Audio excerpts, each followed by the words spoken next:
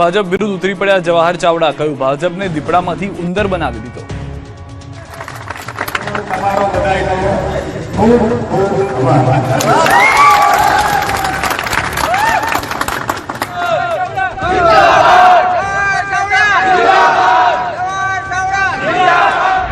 પરિણામના દિવસે આપને જે ઉમેદવારે જીત બાદ જવાહર ચાવડાની જય બોલાવી, એ જ ઉમેદવારને શુભેચ્છા આપવા માટે જવાહરભાઈ પહોંચી ગયા। પૂર્વ મંત્રી જવાહર ચાવડાએ હવે જાણે કે ખુલીને આપના સમર્થનમાં અને ભાજપની વિરુદ્ધમાં કૂદી પડ્યા છે। ત્યાં સુધી કે કણજા બેઠક પરથી વિજેતા બનેલા આમ આદમી પાર્ટીના ઉમેદવાર પ્રવીણ ચાવડાને તેઓ શુભેચ્છા પાઠવવા પહોંચી ગયા।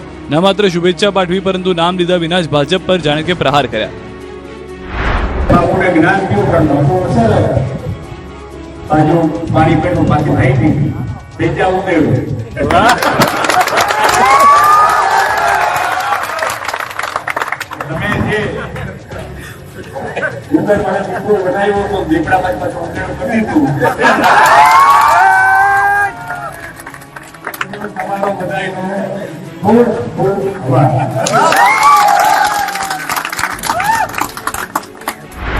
જવાહર ચાવડા બંધલીના ખોરાસા ગામે પહોંચ્યા, જ્યાં આપના વિજેતા ઉમેદવાર પ્રવીણ ચાવડાની દ્વારકેશ મિલમાં પહોંચીને તેમણે શુભેચ્છાઓ પાઠવી અને સ્થાનિક મતદાતાનો આભાર પણ માન્યો। 28 એપ્રિલે સ્થાનિક સ્વરાજની ચૂંટણીના પરિણામ સમયે આપના વિજેતા ઉમેદવાર જવાહર ચાવડાનો જયકારો લલકારે આવ્યો હતો। આવું અગાઉ વિસાવદરના ગોપાલ ઇટાલિયાની જીત બાદ પણ થયું હતું। સ્થાનિક સ્વરાજની ચૂંટણીના પરિણામો બાદ જૂનાગઢ ભાજપના નેતા અને સાવજ ડેરીના ચેરમેન દિનેશ કટારિયાએ જવાહર ચાવડાને શિખંડી ગણાવીને આક્રમક પ્રહાર કર્યા હતા।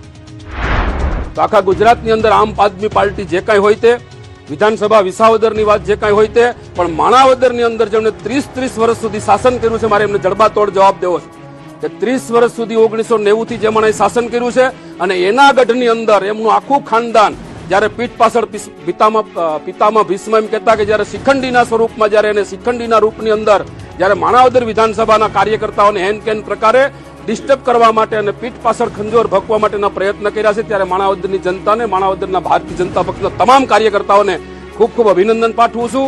સોશિયલ મીડિયાના માધ્યમથી જણાવવા પણ માંગુ છું કે મારી જે લડાઈ છે એ જવાહરભાઈ ચાવડાની સામે રાજકીય રીતે ખુલ્લી લડાઈ છે, કોઈ સામાજિક લડાઈ નથી, રાજકીય લડાઈ છે।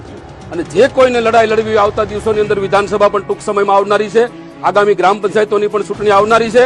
જ્યારે મિત્રો એમને આમ પીઠ પાછળ ઘા કરવાના બદલે એમની જો તાકાત હોય તો અમારો એક પણ કાર્યકર્તા ડગતો નથી, આગામી ચૂંટણીની અંદર ખુલ્લેઆમ આવીને લડી શકે।